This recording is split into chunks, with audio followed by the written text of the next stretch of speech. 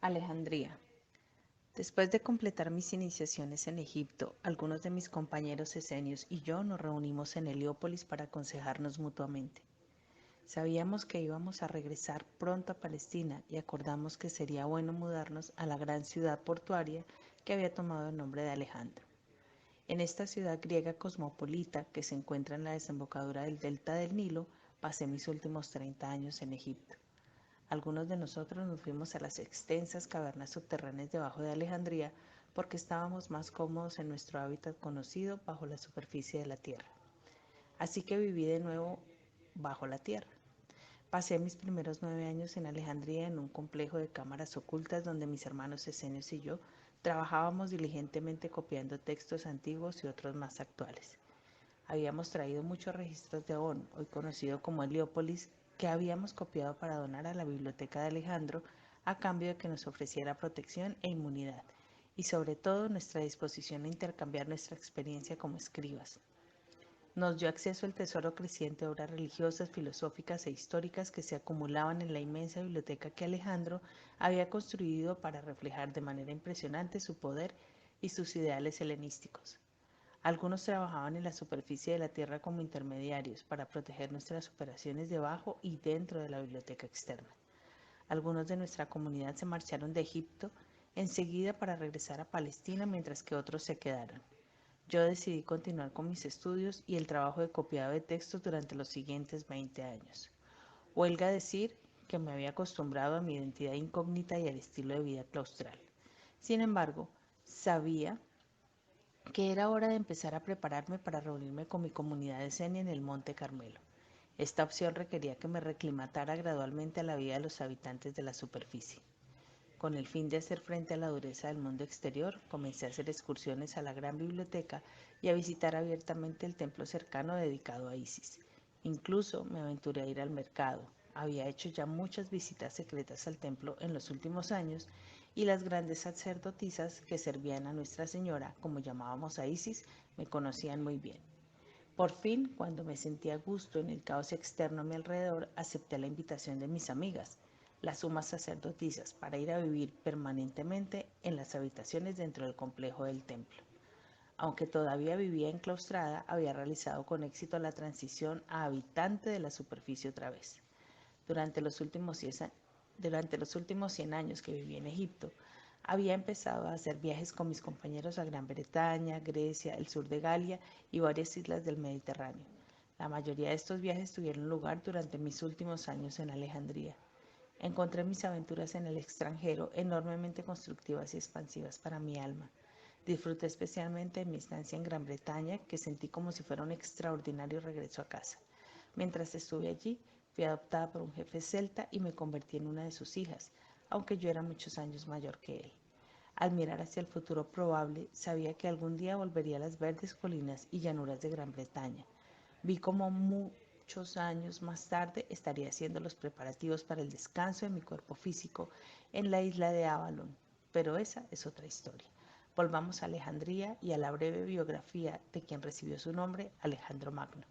Alejandro de Macedonia fue uno de los alumnos de Aristóteles que realizó sus iniciaciones en Egipto en las cámaras más sagradas ocultas a los que estaban ciegos para la visión interior. En realidad, él era una serpiente sabia, como se llamaba comúnmente a los iniciados en los ministerios, y sabía elevar la energía del fuego de forma de serpiente por su espina dorsal y cómo descifrar los códigos crípticos del mundo del oculto. Alejandro apoyaba y se rodeaba de elegidos, magos, adivinos, hechiceros y doctores de cuerpo, mente y alma. Mucho antes de salir de Egipto para regresar al Monte Carmelo, tuve la suerte de conocer a Alejandro en una reunión secreta del consejo cuando todavía era un muchacho. Por lo tanto, lo vi como un hermano, a pesar de su excentricidad y de que al final, en los últimos años, fue seducido por el glamour del poder, cuando la corrupción se apoderó de su mente con la enfermedad común de aquellos que se comprometen su alma. Aunque vivió pocos años, su influencia dejó un poderoso legado. Un día, mientras estaba haciendo una excursión al centro de la ciudad, miré hacia arriba y vi la bandera de conquista de Alejandro ondeando por encima de la tumba monumental que recientemente había sido erigida en su memoria, después de su muerte a la edad de 33 años. Todos los habitantes de Alejandría y de las ciudades con templos a lo largo del Nilo se habían sentido fuertemente oprimidos por el gobierno inepto de las familias dinásticas macedónicas de Ptolomeo. Una gran multitud consideraba Alejandría su hogar. Alejandría era una gran ciudad cosmopolita de tanta grandeza que no se podía comparar con Jerusalén, excepto para decir que Alejandría proporcionaba muchas más maravillas a mi alma inquisitiva. Había pasado mucho tiempo desde que había dejado Jerusalén y su corrupción. A través de mensajeros que recorrían las tierras, recibí la noticia de que Jerusalén se había vuelto tan corrupta y los caminos del Señor tan distorsionados por la política y la disensión que me producía un gran dolor de corazón pensar en volver a estar dentro de sus altísimos muros. Estar en Alejandría, aún con toda su intriga, violencia y sufrimiento, era un alivio y un consuelo. En su puerto se amarraban barcos de muchas tierras distantes y en sus estrechas calles y amplias avenidas había gente de todos los colores, creencias y costumbres. Había una parte de mí que disfrutaba del clamor, la emoción y la aventura de toda esa estimulación para mi mente y mis sentidos. Sin embargo, había otra parte de mí que prefería el silencio, la vida contemplativa interior y el bálsamo rejuvenecedor de la naturaleza. Gracias a Dios podía disfrutar de ambos aspectos aquí, en la recién nacida Alejandría, construida sobre un antiguo asentamiento de la Hermandad de la Luz que vino de la Atlántida. Aquí estaban los monumentos a la evolución de la humanidad a través del tiempo, en forma de estancias de mármol, templos y grandes fortalezas de granito y arenisca. Como ya he comentado anteriormente, había también una ciudad oculta muy por debajo de las bóvedas exteriores, desconocida para aquellos que causaban disturbios, se embriagaban e insensibilizaban sus almas. Fue este acceso a la sabiduría antigua la que me atrajo como una polilla a una llama eterna, para ser elevada a la luz de la revelación directa. Desde sus inicios, Alejandría estuvo destinada a ser una mezcla internacional de culturas. En efecto, facilitó la fusión de muchas culturas diferentes: atlantes, egipcios, cretenses, fenicios, hebreos, asirios, babilonios, persas, griegos, macedonios y romanos. La cultura predominante, sin embargo, era la griega, no la egipcia, por la que todos los efectos se convirtió en un establecimiento griego en Egipto dedicado esencialmente al cultivo de la cultura helénica. Aquellos que eran descendientes egipcios de la línea sacerdotal o de la estirpe faraónica tenían residencias temporales en Alejandría, donde se los recibía con hospitalidad. Sin embargo, sus residencias primarias estaban en Heliópolis, Tebas y otras ciudades a lo largo del Nilo.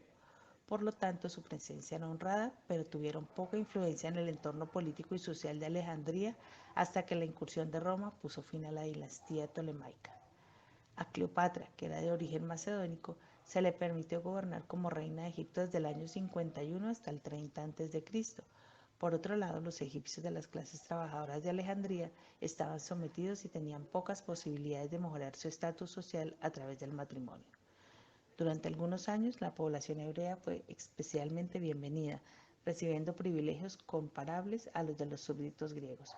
Sin embargo, esta política dio lugar a un aumento tan rápido de la población judía que para cuando me marché en el año 207 a.C.